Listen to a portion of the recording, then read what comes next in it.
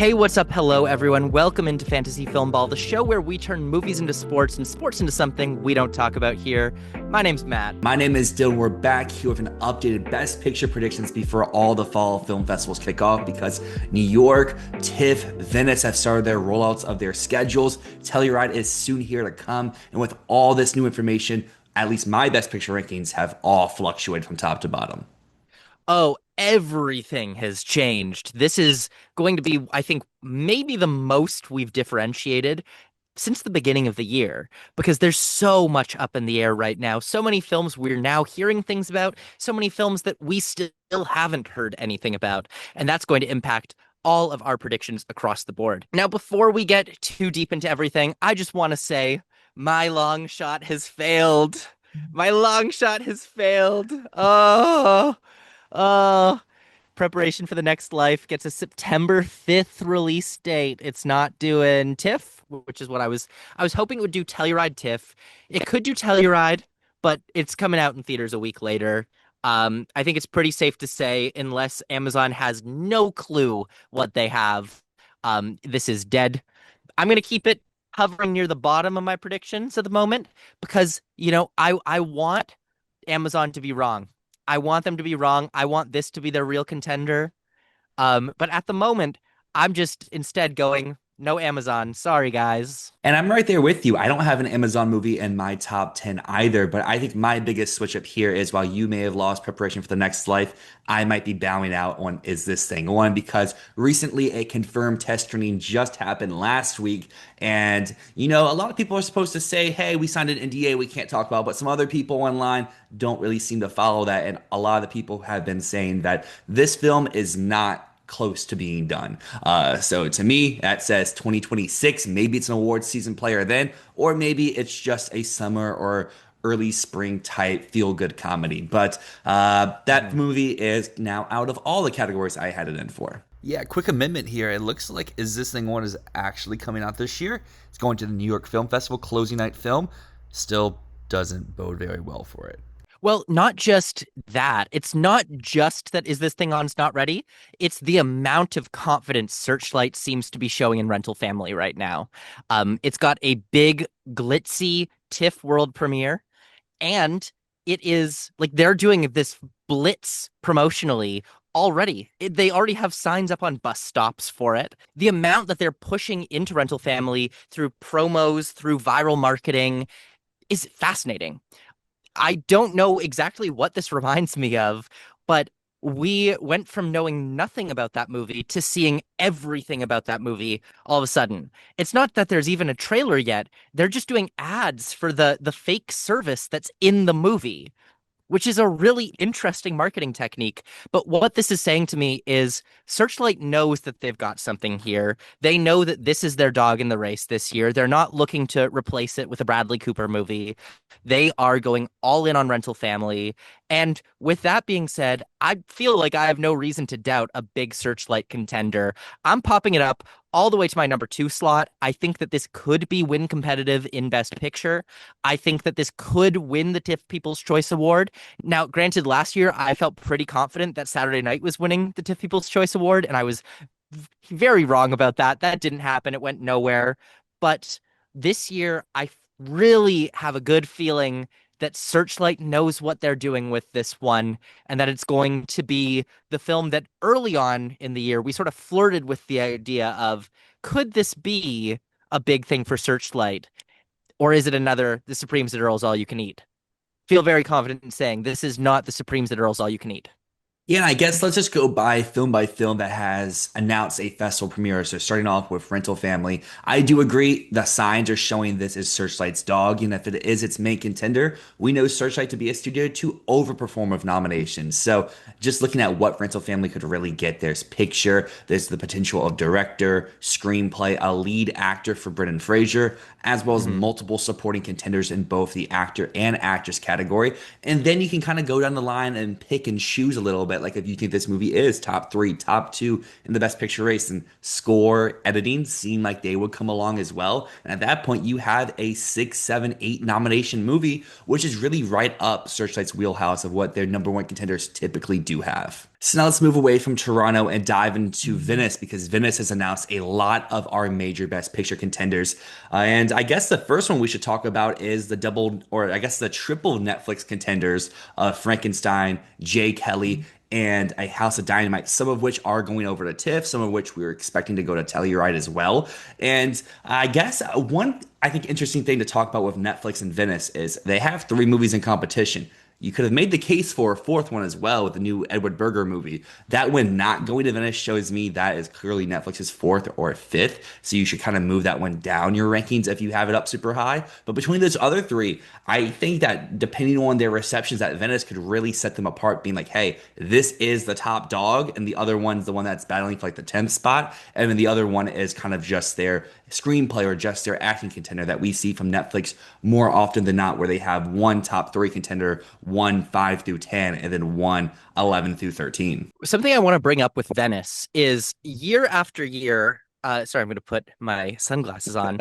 Year after year, for the past like 5 years, Venice, without fail, gets two Best Picture nominees and only two Best Picture nominees. And it's crazy because this year, Venice has such a star-studded lineup. And I find it very hard to make a Best Picture lineup without four Venice movies in it. Very, very difficult because no matter how I shake it, I feel like there's four. Unless I do something that I don't want to do, there's four. And this is crazy to me, but I guess I'm trying to rationalize this. Can there be four Venice movies because Venice is so Hollywood this year? There's so many of those awards contenders.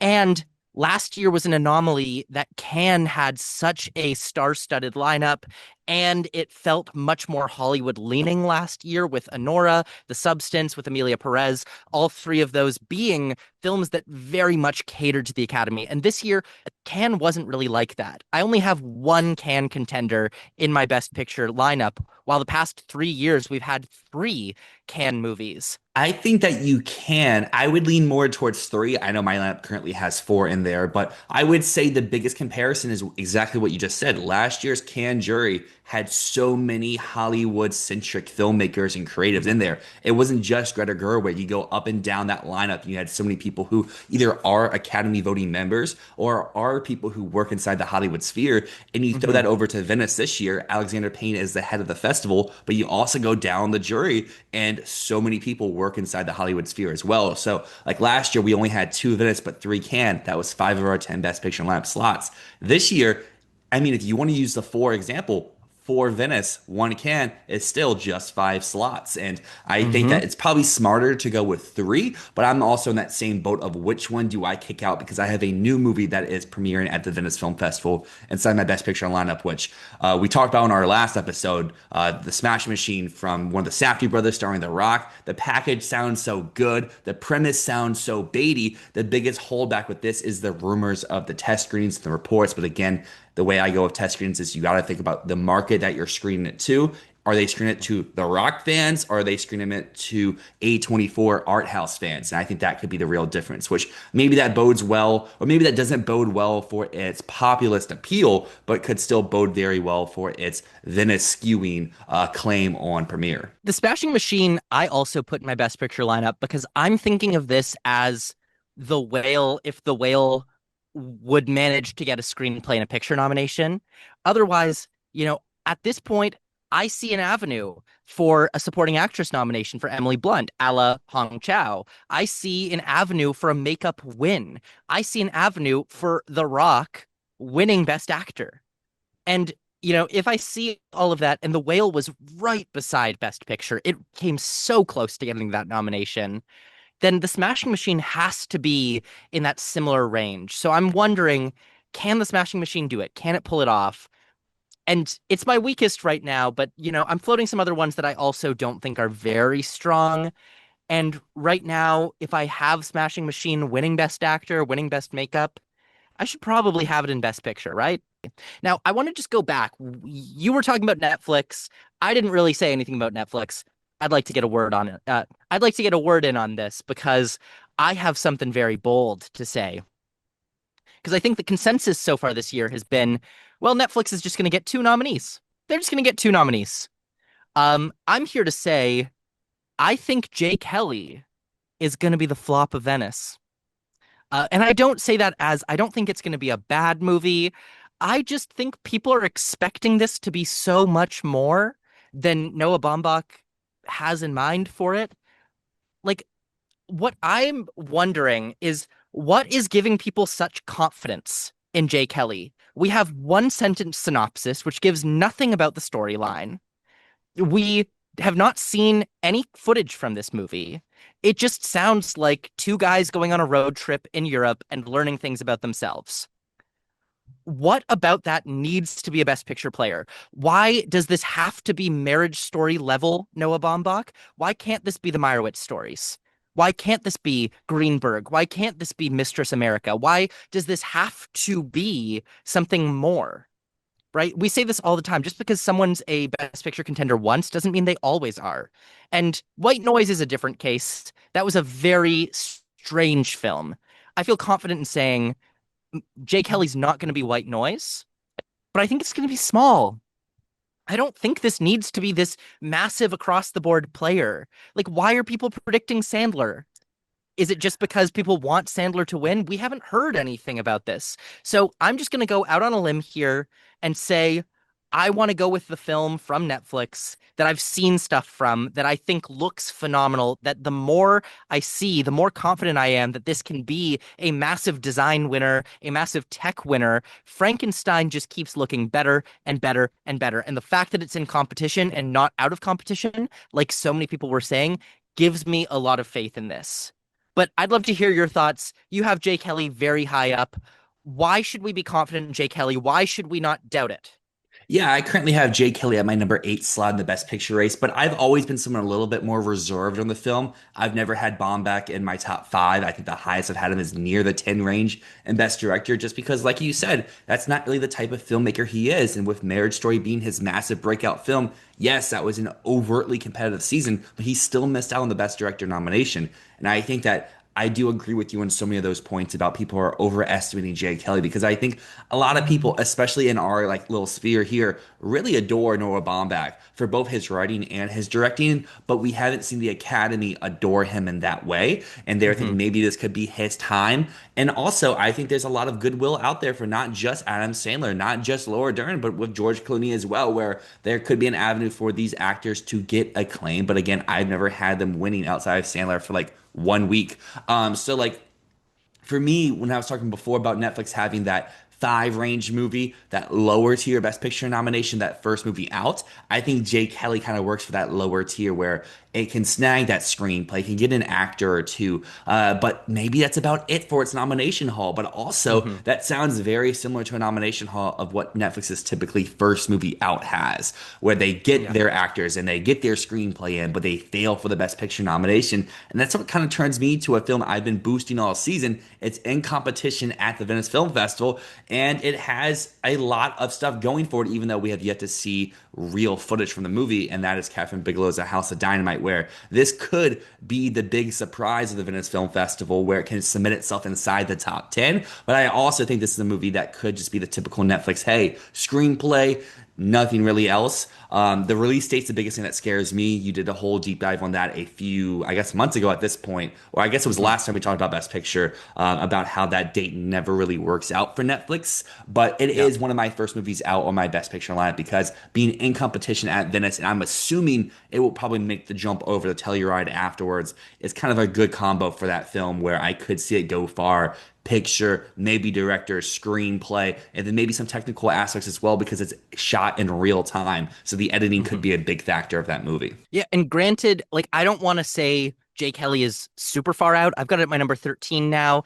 I just, we've seen as much from A House of Dynamite as we have Jay Kelly. And the only Hmm. thing that I think gives me more confidence in Jay Kelly is the fact that we have a release date and it's a good release date for Jay Kelly. But otherwise, like I feel like people's confidence is a little unearned on this one.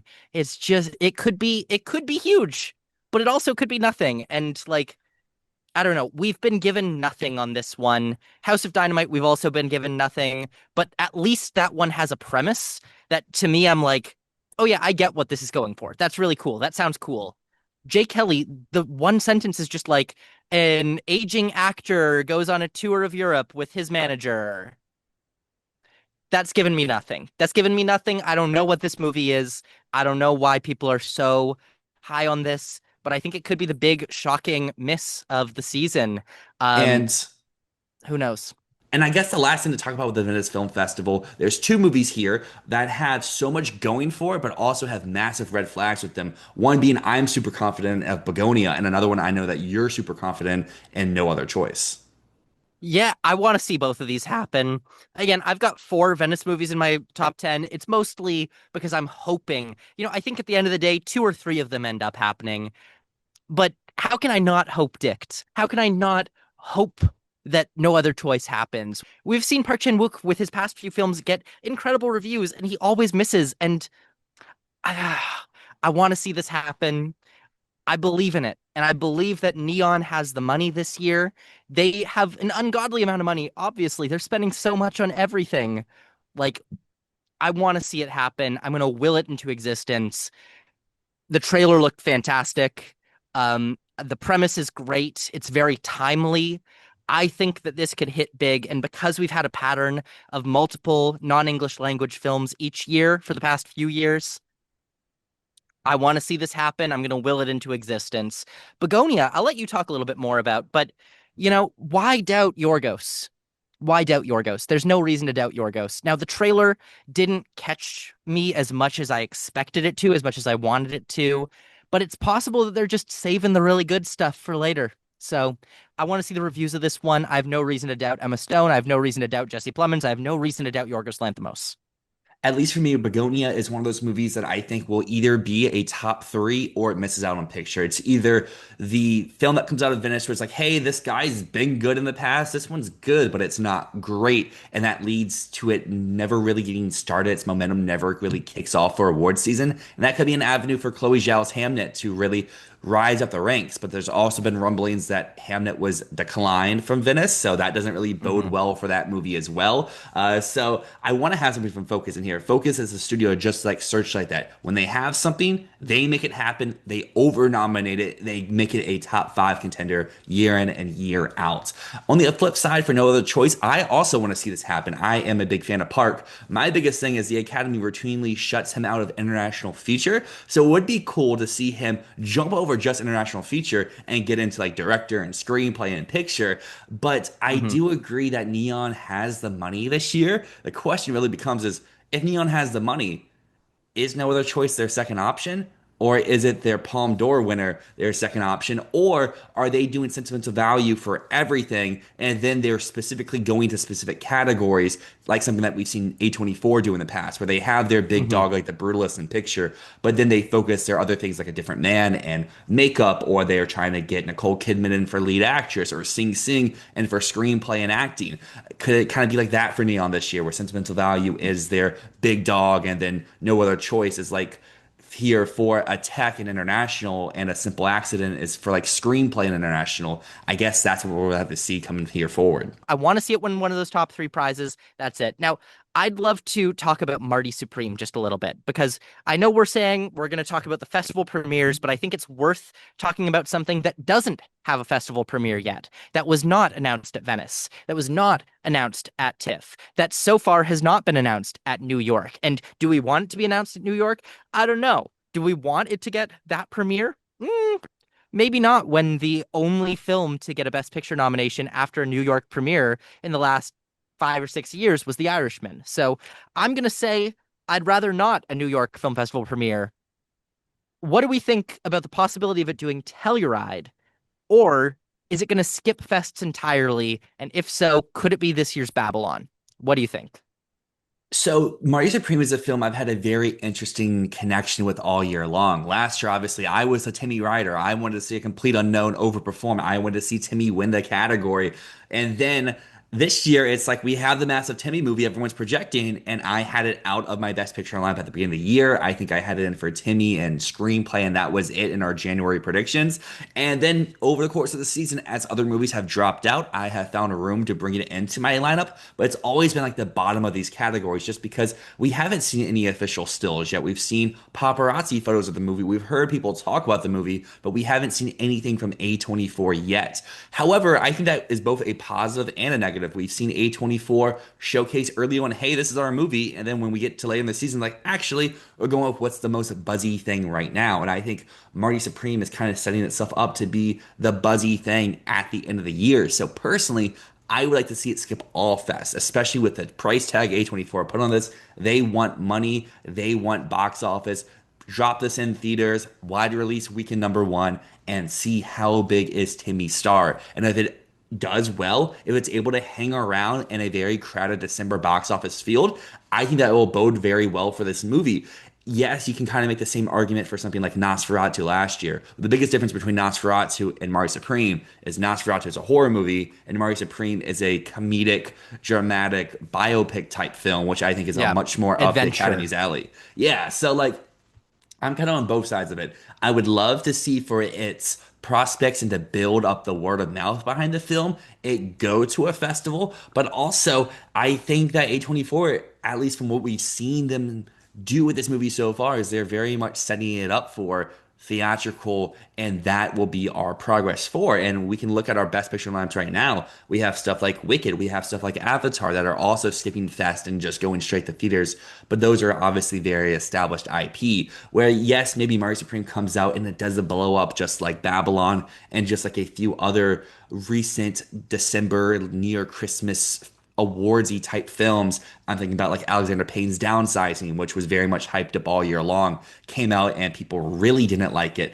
I struggle to see a world where Marty Supreme is despised to the level of like Babylon and Downsizing, but I also could see it being like, hey, Smashing Machine has been hitting, or if they buy something that has been getting all the buzz and acclaim, and it's just like it's too little too late. So that's why it's at my number 10 because I do believe in the film, but I also could easily see A24 buy something or Smashing Machine really hit and they just don't give it the push that it really needs to succeed.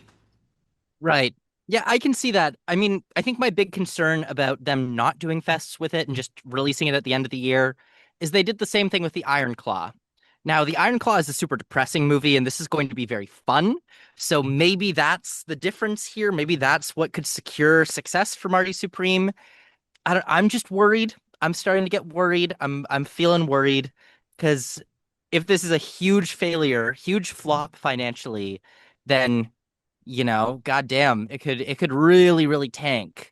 I think the biggest difference between Mario Supreme and the Iron Claw is kind of something I just mentioned where you need to drop this movie in wide release on the day that you say. That way it's going wide, people can see it. They did a very similar thing. Actually, no, I don't think they did that with Uncut Gems. I think Uncut Gems did a weekend limited and then wide. But Iron Claw was Yeah. limited, and it didn't hit official wide release until early January that year, where it was after a lot of year-end list. It was after a lot of people probably submitted for some of these early award circuit where people submitted for these early awards. So I think Marty needs to at least do what A Complete Unknown did last year, where I had the opportunity to see the movie like the first weekend of December, even though it didn't come out until nearly Christmas. And I think that's what Marty needs to do if it's not doing festivals. Make sure people see it before their awards deadlines, and then let the general public see it before the year ends. A24 that year had Past Lives, had Zone of Interest, which also came out in December. So like they didn't have room for it. I think the presumption that we have is that Marty Supreme is not going to be their number three, whereas like at best Iron Claw was their number three. So this isn't that in the same way.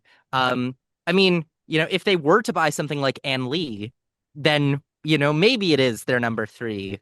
That said, I think Ann Lee won't be bought by them, or if it is bought by them, it's bought for next spring. I don't think Ann Lee releases this year. I think everyone's schedule is a little too set right now.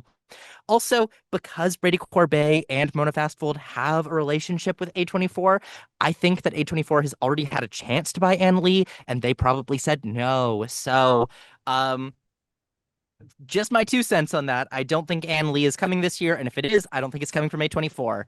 So, um, back to the point. The point was Marty Supreme has something that the Iron Claw didn't have, which is it has an open December for A24, whereas Iron Claw was coming out at the same time as the Zone of Interest, which was a bigger priority for A24. So another movie that isn't a festival player that I'd love to talk about because we do have an update on it is Avatar Fire and Ash. We've got a trailer for this one. It looks gorgeous. Predictably, I mean, what did we expect? What did anyone else expect? This is a big movie. It's going to make another $2 billion. If it's going to do that well, it's going to be that big of a sensation. We got to trust James Cameron. James Cameron, he doesn't do wrong. James Cameron is going to get his film nominated again. Now, The Way of Water was close to the bottom of that Best Picture ranking that year. But even then, I don't think Way of Water was vulnerable, even though it had very few nominations, right? In 2022, I think Way of Water was much more secure than Triangle of Sadness, than Women Talking. I would say that The Way of Water was very, very clearly safe. I had no concerns about it making Best Picture that morning. And so this year, I think it's going to end up in a similar place where we feel very comfortable that it's happening. The question mark is going to be how many other nominations does it bring along? And it's probably going to be very minimal. But I do think it can get into Best Picture on the back of making so much money. Sadly, the number one James Cameron fan in the world still has yet to see the Avatar Fire and Ash trailer because I want to see it in IMAX in 3D in front of Fantastic Four. Sadly, I have been swamped with work. I'm officially done with my travel job for the year, so now I have time to catch up on some movies and hopefully see Fantastic Four with The Way of Water, with the Fire and Ash trailer. But what you said has been my reason for having it in all year long because James Cameron doesn't do what James Cameron does for James Cameron. because he never fails because The Way of Water, like you said, was always a Best Picture nominee.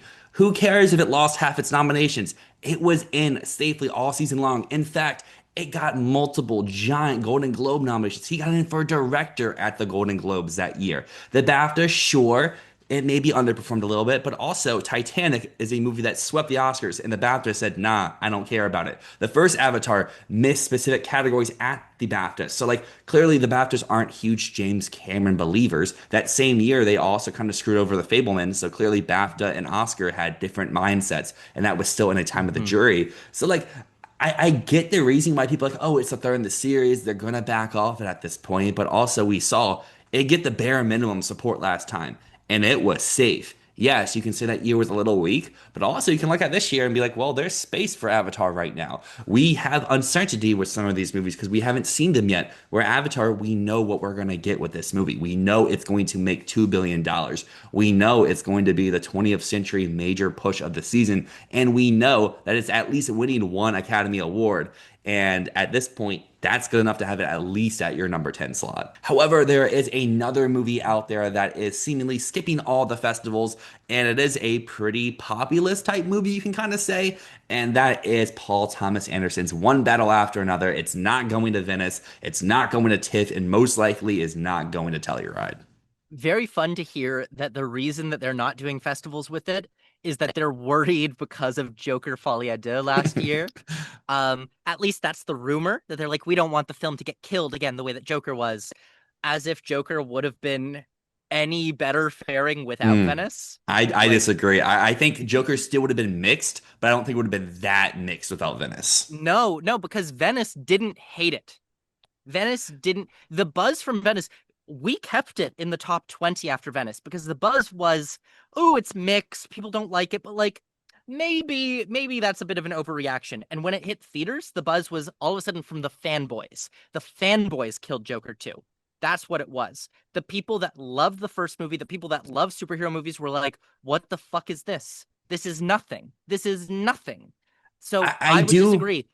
I do agree with that, but I also think that after hearing for 5, 6 weeks, this movie isn't great. It's whatever. It's not the highs of the first one. You're going in ready to not like it. And then you amplify the movie's commentary about its direct core base, where I think it still would have been pretty negative upon release, but I think it was amplified to a point of like, this was a death strike at Venice, and then it just kept growing and growing. Where if it went straight to theaters, I don't think it would have had that massive toxic mouth on the opening weekend. That would have came more like week 2, week 3 sort of thing. But on the topic of one battle after another, the thing that worries me about it is I'm going back to what I thought months ago. And then I kind of put it aside, like, oh, maybe this isn't going to be the flop that I think it will be. As we get closer to the release, I think this is going to be a flop. I think Warner Brothers is going to let this fail in the box office, and I think they're going to tenant it. I think they're going to tenant it. Remember what they did with Tenet, Dylan? Yeah, I know. I completely agree. And that's been where I've been all year long. I don't think this will be a quote, quote, mega flop like Joker or like Babylon was. I think it will get close to its production budget, but you need to double your production budget to be considered Yeah. a success nowadays. And I have said that all year long, where especially with the emergence of Sinners, I just thought that movie would maybe be more so like F1 earlier in the year. They have something else that gets the priority. One battle after another will get the nominations and kind of has to get, just like Tenet had to get visual effects, had to get sound, but didn't get in for score, didn't get Well, in it for didn't get editing. sound. It got production design. Production design. So like it didn't get in for sound, it didn't get in for editing, stuff that you would assume Tenet had on lock. And I think the same thing will happen with one battle after another, where screenplay, score, sure, but Leo or director isn't going to happen because the movie is always just going to be right out of reach because they will still be massive fans of the movie, but it's going to have that blemish being like, oh, well, this didn't go over well, and Warner doesn't care to do anything with the movie itself. My prediction for what happens is, so with Tenet, they were so bitter that Christopher Nolan had forced a theatrical release, which then kind of failed. And so they purposefully buried it. They didn't do any advertisements, no for your considerations. Like they buried the hell out of the film in awards season. Not that it would have been a big success because it was extremely mixed critically, because it was a bit mixed critically. It wasn't seen as one of the Christopher Nolan top films. Um, I don't necessarily know critically how One Battle After Another is going to fare, but I feel very confident that the higher ups at Warner Brothers are going to look at this film and go,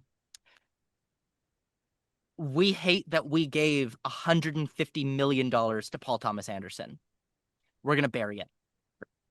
So maybe I'd love to be wrong about it. I'd love to be wrong. But the fact that they're not taking it to any festivals, they're dumping it at the end of September, um, giving it a weird ass Fortnite collab. That's weird.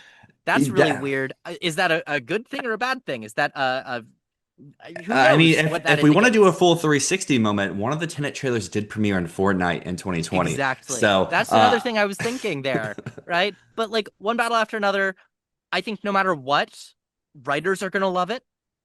And so I'm going to keep it in for a screenplay nomination no matter what. But I think that Warner Brothers is going to bury it. They don't want this film to be big because they don't want to encourage more $150 million auteur pieces. That's my thing where Warner's having such a great year at the box office so far, outside of Mickey 17, which was a holdover not from the current regime, but the previous regime. That movie just took forever to finish production and come out. They have not missed since Joker Folie à Deux. Every movie they've had has been an undeniable box office profit before anything else outside the box office. And most likely, One Battle After Another will probably end that streak because we have Weapons coming out next month, which is looking like it's going to be a massive success, especially for its relative budget.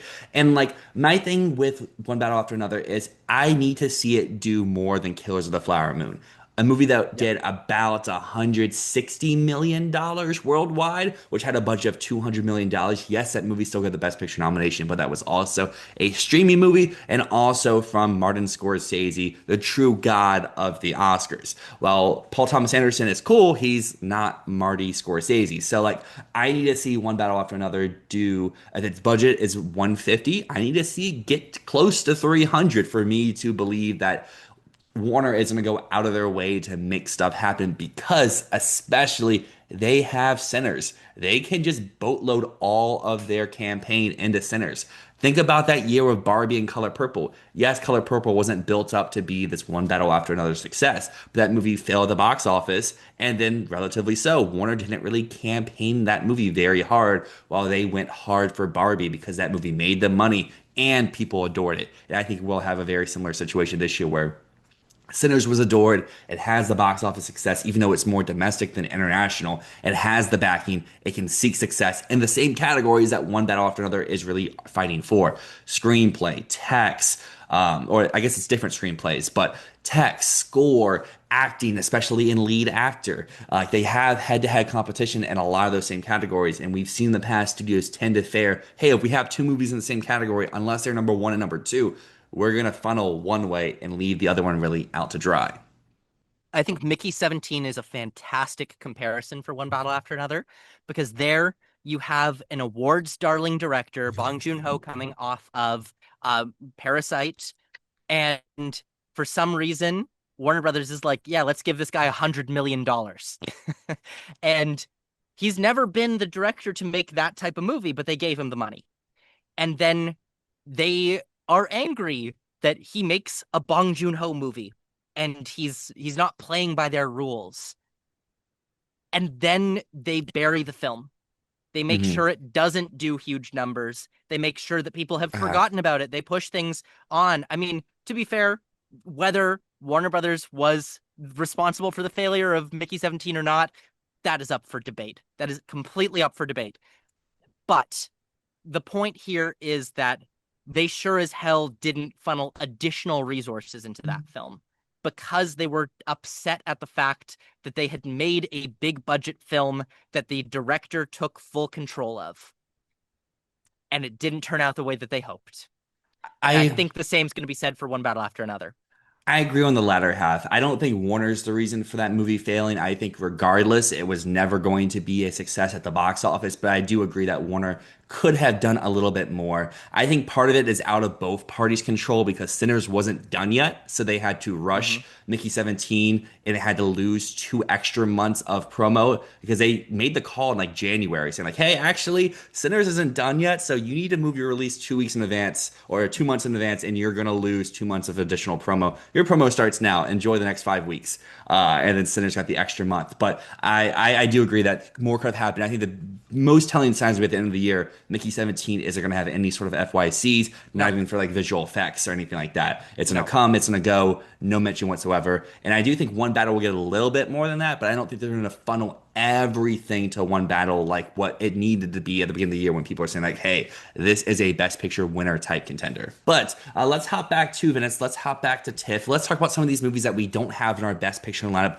that are premiering at the festival. You talked about The Testament of Anne Lee before. It's a movie I've never really been on board with all year, and I still think even if this movie is a massive success out of Venice, I would agree the schedules are too packed unless this is a top three contender like The Brutalist last year. That is why the movie still came out this year, is because it was the top of the bunch. That's something I've learned from last season. Like, hey, they did buy it, and they'll make sure it has the room to grow. They're not going to buy something and say it's coming out in 3 months and not make it happen. And I guess on the flip side of that, there's some of these other movies that you and I have never really been high on all year, like After the Hunt, Venice out of competition. I don't really think that matters whatsoever. I know some people try to make a big deal about that. I don't think it really matters. It wasn't going to win anyway. And I think it going to New York opening night does bode well. My more so issue is I just don't really buy the movie for awards. Especially after seeing the trailer, I buy it the same amount that I always did for the acting categories. Julia Roberts looks great. Andrew Garfield looks fantastic. Iowa Debris is doing a lot with what she has, which the trailer makes it look like she has a ton. I'm just gonna stand on business. I'm gonna stand on business, and I'm gonna say I don't think she has enough for a nomination. I think she can get some precursors, so I'm gonna keep her. I'm gonna put her in my top 10. I don't think she can get the Oscar nomination though. I think it's too small of a role. I don't think it has enough impact. But to me, After the Hunt is exactly what it was before. It's an acting. It's an acting player, potentially a screenplay player, and I don't think it goes beyond that. Some other movies that are premiering over at Venice and TIFF are going to be The Wizard of the Kremlin and Wake Up Dead Man, which to me aren't major Best Picture contenders, but inside of their specific categories that they are gunning for seem like pretty strong contenders, like The Wizard of the Kremlin and supporting or lead actor wherever Jude Law decides to go, as well as in the makeup and hairstyling category, and then Wake Up Dead Man for screenplay and potentially casting. But neither of those films are going to be near my top 10 because I think even if The Apprentice didn't have all the baggage last year, it probably still would have been on the outside looking in. And I think that's kind of what The Wizard of the Kremlin is looking like for its best case scenario, where it is looking for the two actors, it's looking for screenplay, and maybe it's looking for makeup and casting at BAFTA. I'm not really confident in either of these movies. I think Wake Up Dead Man is at best number 4 or 5 for Netflix. I think that we're going to start seeing diminishing returns at some point, especially because the adapted category seems pretty tight this year. Like there's some stuff, there's a lot going on in that category at the moment. I don't want to put Wake Up Dead Man in my top 5 if I'm struggling to fit everything else. So I don't have that in. Wizard of the Kremlin, it could be an acting contender. I'm not going to count on an Olivier Assayas film as a contender. At best, this is The Apprentice, and I don't even think it's The Apprentice. So, especially because I think The Apprentice actually ended up benefiting from being like, this is the film that they don't want you to see. The Wizard of the Kremlin's not going to have that. So, I actually think this is going to be a spring next year release. It doesn't have distribution yet. Same with Anne Lee. Right now, am I going to bet on something that has am I going to bet on something right now that doesn't have distribution? No. I'm not going to sit here and say, oh, someone's going to buy The Rivals of Amaziah King. No. I'm going to go with what I know has distribution right now. Maybe that'll bite me in the ass like The Brutalist last year when, we sort of stayed cautious with it because of no distro. But right now, I think everyone's slate is too packed. I guess there's one other no distribution Venice movie that I'd love to give a shout out because I think it sounds absolutely phenomenal. And I feel like this could potentially, in the right scenario, be a Golden Lion winner and could sort of carry through the year as a political message movie and as something that sounds incredibly emotional, devastating in a way. And this is The Voice of Hind Rajab. This is the new film by Kautar Benhania. She was previously nominated in Best International Feature for The Man Who Sold His Skin and Best Documentary for Four Daughters. The Voice of Hind Rajab is her new film, Venice competition, and it is a real-time thriller on a phone call about the last 90 minutes in the life of Hind Rajab, who was a 6-year-old girl who was killed by Israeli military. It sounds like a phenomenal film that uses the real voice from the phone call in conjunction with actors who are acting out what is happening on the other side of the phone as they try to save this little girl's life, as she's trapped inside of a car, being fired at 300 times by the military. Could this really, really blow up and be the political film of the year, be the film that represents the Palestinian cause at the moment? I think so. And last year we did see that there's enough people in the Academy to vote No Other Land to win Best Documentary. So again, this is a long, long shot. It has no distribution. It's possible that it wins nothing at Venice, depending on the political makeup of the jury. We can only make assumptions at this point. We don't know what we don't know what the jury is going to think of this cause. But I think it's worth mentioning, especially because Kautar Benhania has 2 nominations so far with the Oscars. It's easy to see she could have a breakout moment, and the film sounds phenomenal. Yeah, it sounds really interesting. I really did enjoy Four Daughters, and it sounds like it's taking some of the aspects from that pseudo documentary slash movie and incorporating it into this movie as well. I do think one of those last points might be the result for this film is where can the year of Greta Gerwig almost every one of the awards went to a very Americanized type movie. And with the current makeup of the Venice jury this year, it could be the same, but potentially it could be like the all we imagine is Lighter, the Cedar, the Sacred Fig from last year, where it's the one film to really break through, and it's more so of just an international feature contender, more so than Best Yeah, Picture. But it's that's where definitely I something have it I'm right now. shooting up the ranks of my international feature line because I didn't even know this movie was coming out or was being talked about for this year. So it definitely will help break up my mostly all can lineup in that category. Hmm.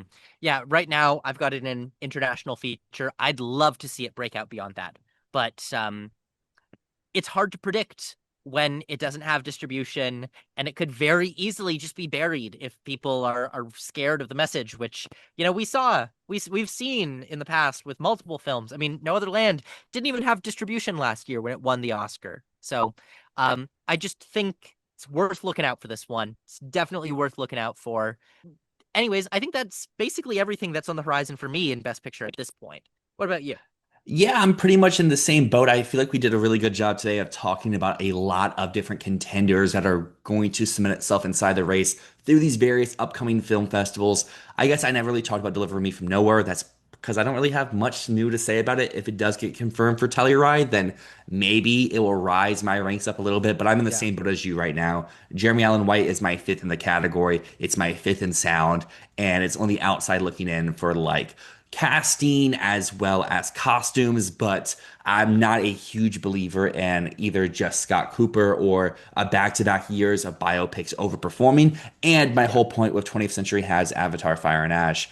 And I mean, they're the same studio or they're the same company that has Searchlight, which has Rental Family. Are they going to occupy three spots inside our Best Picture lineup? That might be a little bit of a stretch for me. But yeah, that's brought us to the conclusion of this updated Best Picture predictions before we dive inside the fall film festivals. Matt just put out a video about the international feature contenders, and we're about to record one for the animated feature contenders. So you want to make sure to subscribe, comment, like the video, stay up to date with what we have because we have predictions coming out pretty much weekly or bi-weekly from this point on. And then we're about to dive inside the game of film ball. Thank you, as always, so much for watching. My name's Matt. My name's Dill, and this has been Fantasy Filmball.